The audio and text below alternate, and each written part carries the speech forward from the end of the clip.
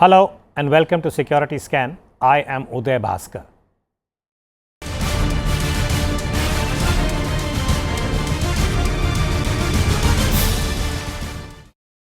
This week marks the beginning of the crucial fourth year of the BJP-led NDA government that assumed office in May 2014. We seek to arrive at an objective assessment of the defense and military sector over the last 3 years and identify those areas where there has been tangible progress and those which remained intractable. Let me add a caveat here.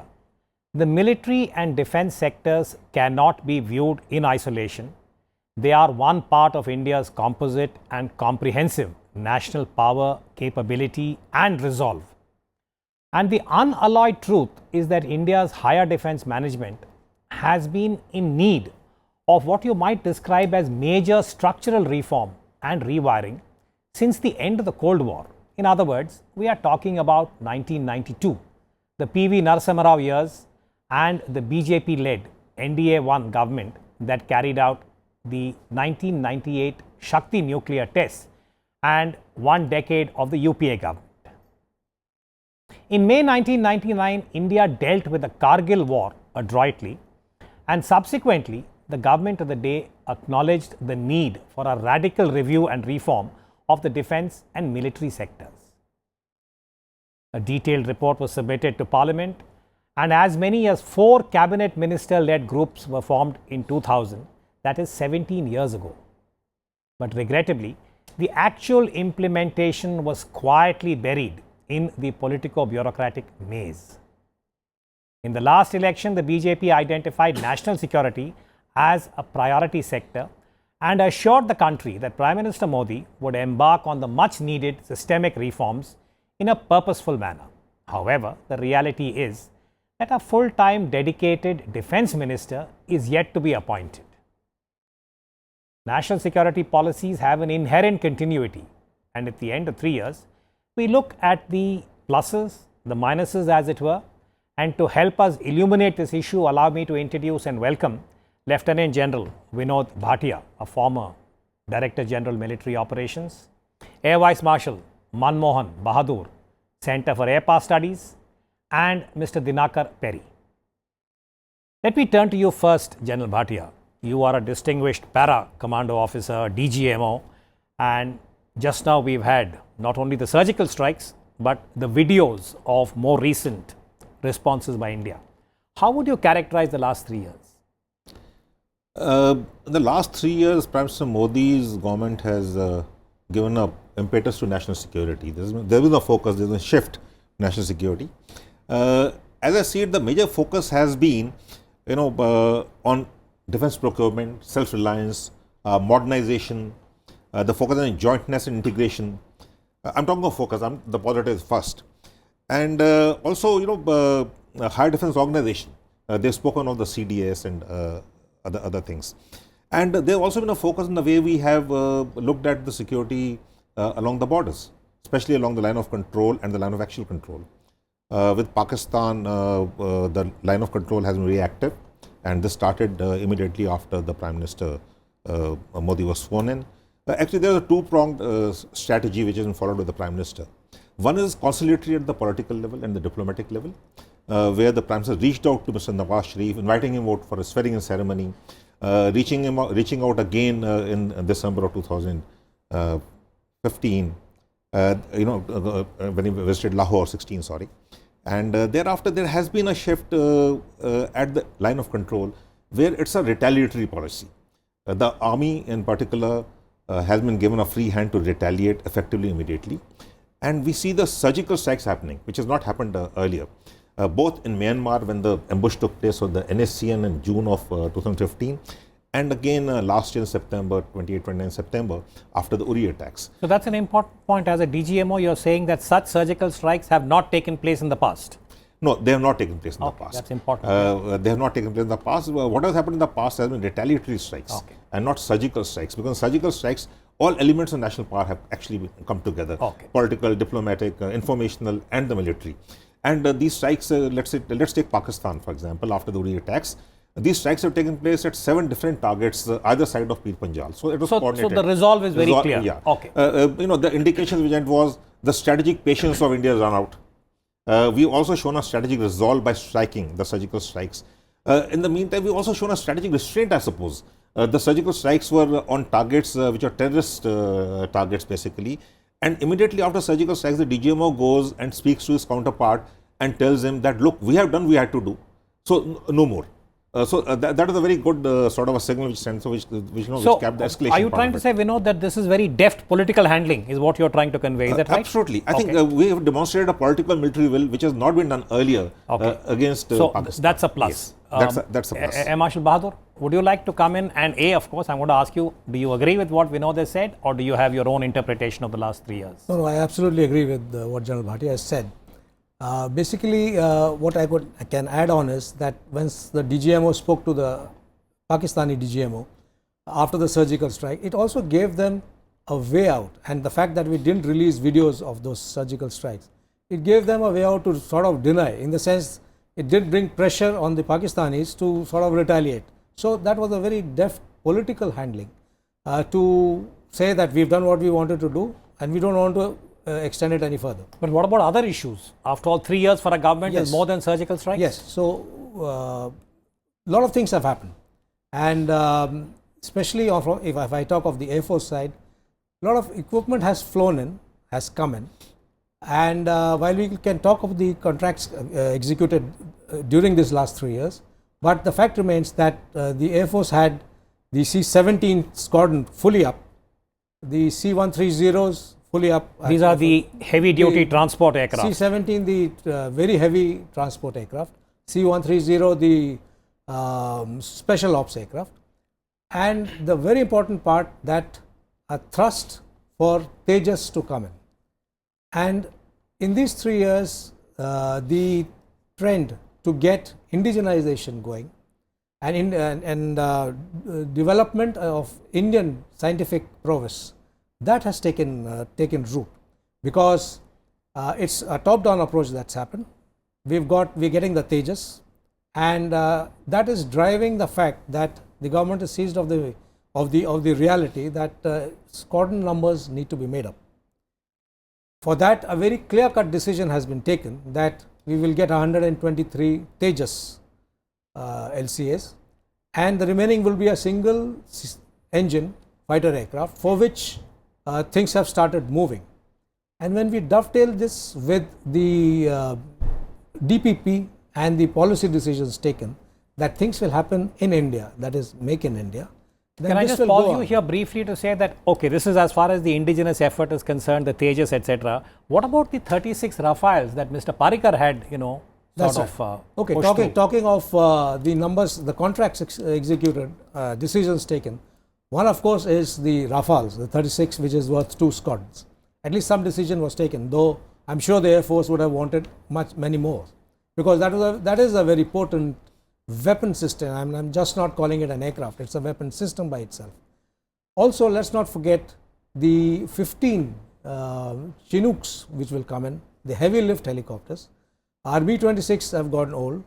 There is a lot of requirement, even from the civil side and the border road organization, to do up the roads, and that's where the Chinooks come in. For the so basically, you also see that things are moving in a satisfactory manner on a range of fronts for the government. That is correct. Just one more thing, if I can add, the Apaches, 22 attack helicopters, very, very potent.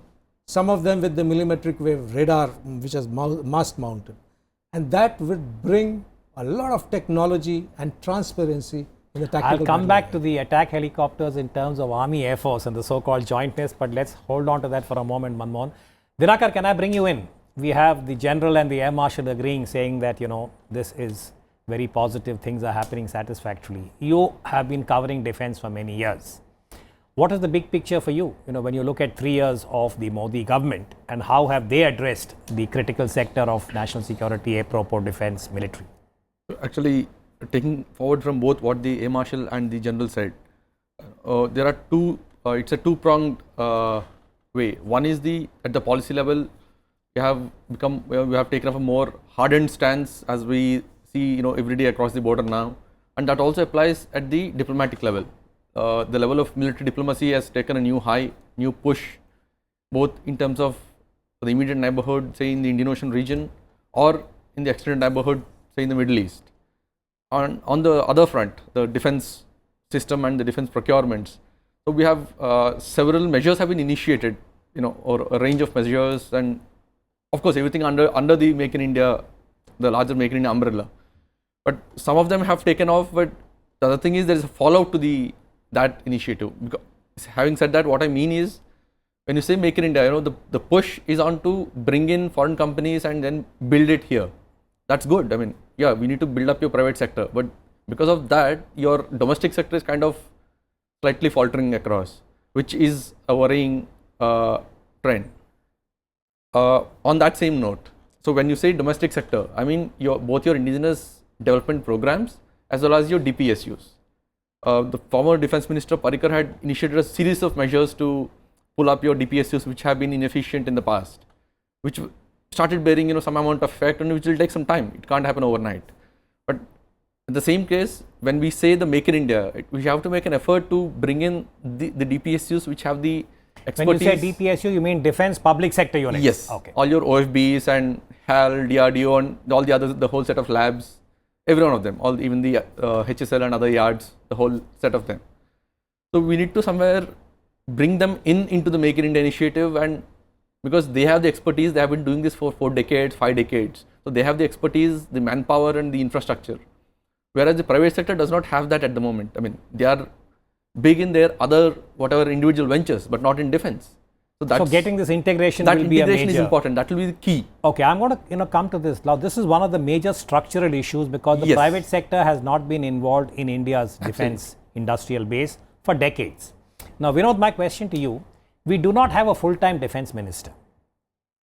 We have a defense secretary who's going to be brand new, perhaps in the next few weeks. So my question as an analyst is, can India afford this luxury of keeping the MOD almost on autopilot, and all these major structural changes, can they be done in this manner? No, definitely not. India needs a full-time defense minister. Defense is extremely important, and especially where where there is a push by the government. There is a push in achieving strategic autonomy. We see that we want to do something within India. We have 65% of military hardware which is imported. Now, over the next 5 years, this has to reduce by 50% as per the government decisions. We also see Make in India coming in, private partnerships coming in. There are 119 licenses issued. We are also now trying to produce manufacture ammunition in the private sector. So there is a shift. And if we don't have a Raksha Mantri, this is not going to happen. The Defense Secretary, I don't think is this thing. And there have been a lot of talk about it, but on ground the substance has not been there. The integration has not happened. The CDS has not come through. The jointness is not there. Make in India has actually not really taken off. If you look at the industry, the strategic partnership is just about taking shape. It's been 3 years now. So there is a sort of the industry is losing patience because they've invested money in it. So there are a lot of things which are expected to happen. They've not actually happened. So this needs to be given impetus. It has to need to be given focus, and this can only be done if we have a full-time Raksha Mantri who understands the problem, who has the solutions for it, and he has the will to implement it, irrespective of the comfort zones of the bureaucracy. Manmohan, if I can ask you to weigh in on this, because one issue that comes up repeatedly, I can recall going back to Kargil and the post-Kargil reports that were submitted. One is this whole question of a review of higher defense management. We have often spoken about the CDS. The Air Force has some views, both on CDS and jointness. So how do you see that issue? Has it just been left or kept under the carpet? Or is there something that we should be looking at as a country? I'll come to that. If I can just add please, to what General Bhatia said. What I feel, in the yesteryears, there used to be a Minister of State for Defense Production. And I personally feel this is the time to have a Minister of State for Defense Production who just looks at defense production. And that is what is vital, because a certain momentum had come, albeit slow, during Mr. Parikar's time, and his moving out, my personal view, is a loss to that momentum and to the ministry. And it will take time for it to catch up, and will be very difficult with one person looking after finance and defense. So, Minister of State for Defense Production. Your point about the CDS and the Higher Defense Organization, I think it's going there in steps with the various committees that were formed. One thing that we have to be clear about is that even in the Kargil Review Committee and the group of ministers that were formed later, the CDS was the recommended to be the single point person to go to the ministry. He was not the overall commander. I mean, there is a difference. He was a single point contact for giving advice to the government, but he was not the super commander, if I can call that. So that's very clear. But haven't they now agreed to what they call as the permanent chairman of the COIC, which is what the Naresh Chandra committee seems to have recommended? They have said that. So that once again is a stopgap sort of a thing, a permanent 4-star on a permanent post. Once again, the issue that has to be taken up is, will he become a superior commander of the 3 services? That means he will fight the next war. It doesn't happen in the states also. But these are the kind of big issues I imagine the political establishment should be really addressing. Would that be a fair statement to make? Absolutely, because in all the countries where higher defense organizations have been revamped, it's been always a top-down push, and it's always been a governmental push that comes in. Vinod, I'll just bring you in a second. Dinakar, I want to ask you one question. If you look at the last 3 years of the experience of India in terms of dealing with challenges, it appeared that the Home Ministry was addressing certain internal security issues, Defense Ministry was doing its own thing, and many analysts and commentators have said that we need more harmonization and integration. And sometimes I think we come, shall we say, we don't do as well as we should, and Pathankot is a good example. So what is your reading about this internal security and the current structures to deal with at the ministerial level? So, before that, just one quick point on the CDS. The debate of the CDS versus the permanent chairman chiefs of staff. We are actually talking about incremental steps. Probably sometimes incremental does not always work, because once you create a permanent 4-star, you have created new entire protocol hassle itself, and now you have 3 people opposing it and you have 4 people opposing it. So that CDS will never happen, and without a CDS, that joint integration cannot not going to happen. Take place, because you are just creating one more position who is junior to the other at some point of time in the rotation. So that jointness will never come in. So we need a CDS, and we need to take that long step. That has to be a political step. Decision, yeah. Yeah, and that has to come in. This incremental unfortunately will not work probably in this case. So on that, the other thing of the jointness, probably we have too many layers and structures. Say NSG is under someone, then you have the army, then say ITBP again is under someone else. There are too many too many ministries or too many stakeholders at the top level that are operating. Too many silos, and each one wants to protect their turf. And unfortunately, that has not changed after whatever is the case. Change of government. So that's another issue that needs to be addressed. It has to be addressed. Somewhere you have to interweave them together. Vinod, you were saying something? Yeah, I would not like this to become a debate for CDS or not, but there's a difference between operational preparedness and operational readiness. The mandate for operational preparedness would lie with the CDS. That means you got to you got to maximize your budget. You got to enhance combat effectiveness. How do you do it with 3 services not in sync, not in concert? So you need a body which is in sync, and the CDS takes care of the operational preparedness part of it. The services chiefs are responsible for the operational readiness part of it. So there can be a distinction there, a why meeting can work out, and then let it grow over the years. It is not that the CDS is a one. But as you said, that's a different debate. Yeah, but if you talk about 3 years of the government, what are the other issues that you would flag, Vinod? Why I'm asking you is, we've had successive army chiefs going back to General V.K. Singh, drawing attention to the inventory gaps, the Indian Army in particular. So what have we done in the last 3 years that has redressed these big ticket issues? Yeah, there is a lot which is done. If my figures are correct, there are 110 contracts which have been signed, worth about 1,13,900 odd crores.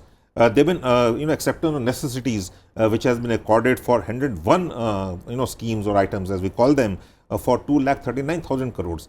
So things have been done, but unfortunately the capital budget is not there. The GDP this time, defense in percentage of GDP, is down to 1.62. So do we have the finances to support so many contracts and so many AONs which have been sanctioned or sanction accorded? So that has to be seen where the money is going to come from. and we need to redo the procedures for procurements. It takes too long. The time overruns, cost overruns. The defense procurement organization still not come up within 3 years. So things are in the pipeline, but they continue to remain in the pipeline till we the proof is in the pudding. So let's see if we get it. Manmohan, on this about the fiscal resources for the entire MOD and the military as an institution, one issue that repeatedly came up was the one rank, one pension. And to the credit of the Modi government, it has been able to bite this bullet, as it were, even if it has not been implemented in the manner that some, shall we say, constituencies have been seeking. But if we look at defense in its entirety and bring in the pensions also, is India in a position to increase the defense allocation even to touch 2% or go beyond 2% so that all these contracts that are being spoken about can actually materialize? It's a difficult ask. Let me, if I can just put it very bluntly. So that's why we ask pilots difficult questions. So yeah, because the point is that for any government in a democracy, especially in India, once again it's a guns versus butter debate. The good point is that every government, irrespective of the party in power, has always said that the monies will be made available. But the only point is that the politicians and the bureaucracy must realize is that it's a cliche, but which is absolutely true, that capabilities take time to develop and intentions can change overnight. So the point is, it cannot be stretched such that when war is going to happen, we'll give you the money. It cannot be that way. One way out is to give some legitimacy to the long-term integrated perspective plan. Give it some legitimacy by telling the services or making an announcement to say that this would be the amount of allocation that would be done towards the defense and again, budget. if I may sort of take the liberty of suggesting, this is a political initiative that has to come at the cabinet level. But I'm sorry, I have to request you to hold your thought quickly. Dinakar, you want to say something? Yeah. So again, the issue of the OROP, just taking it a little bigger. In the last 3 years, we have seen several debates of civil-military, disturbance. Dissonance is the word you're looking for. Yeah. So yeah, that's been one issue which just kept keeps cropping up every few months. I mean, in some way, whether it's called the equivalence in the armed forces cadre between the civilian cadre, or the NFU, pays, NFU. There's so many issues. That's something. 3 years we have actually gone.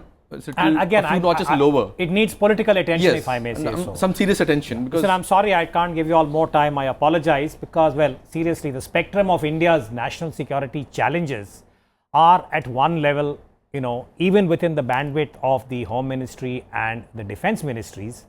This is a vast, complex, overlapping and often opaque spectrum, especially in relation to India's internal security. And again, as the Manchester tragedy reminds us, for the Indian security team, preempting another Mumbai or a Pathankot is a daily challenge. And at the same time, the long-term regional environment that includes China, Pakistan, strategic cooperation, weapons of mass destruction, it is part of the overall security lattice. And as our discussion suggested, allocating appropriate resources, both fiscal and human, and increasing military capacity across the board, firepower, surveillance, strategic lift in the traditional tripod, even while remaining abreast of the technological imperative, is the veritable treadmill that must be grappled with on a continuous basis. The military as an institution can hone its tactical skills, but in a democracy like India, keeping the uniformed professional out of the policy making loop is a major structural imbalance. And as I had mentioned at the outset, this lacuna was acknowledged formally 17 years ago by the Vajpayee government. The credibility of India's strategic autonomy is directly linked to its military capability, which in turn is predicated on the financial, economic and technological index of the country, and above all, the political resolve to nurture this arrow in the national quiver and use it sagaciously. Some significant steps have been taken by the Modi government over the last 3 years, but it's a long road ahead. Evolving an all-party consensus in Parliament on national security compulsions and appointing a dedicated Raksha Mantri for the next 2 years may enable the Prime Minister to swiftly implement the commendable intent that he has personally outlined over the last 3 years. On that note, allow me to thank my guests, General Bhatia, Air Marshal Manmohan Bahadur, and Mr. Dinakar Perry. And thank you for watching Security Scan. Goodbye.